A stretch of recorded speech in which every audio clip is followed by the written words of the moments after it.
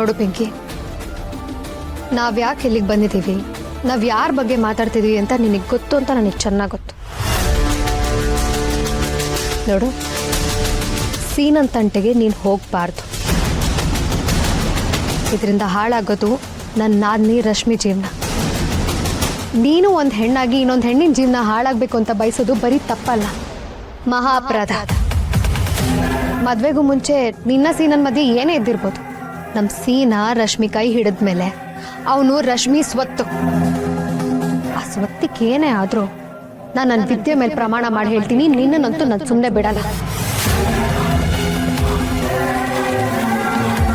ಏಯ್, ಏನ್ ಹೆದರ್ಸ್ತಿದ್ದೀರಾ? ಇಷ್ಟೆಲ್ಲ ಡೈಲಾಗ್ ಹೊಡಿತಿದ್ದೀರಾ ಅಲ್ವಾ?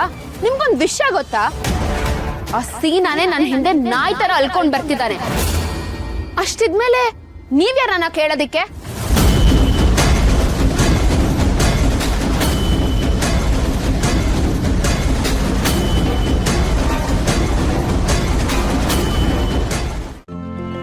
ಇಂದೇ ಡೌನ್ಲೋಡ್ ಮಾಡಿ ಮತ್ತು ನಿಮ್ಮ ನೆಚ್ಚಿನ ಶೋಗಳನ್ನ ಆನಂದಿಸಿ.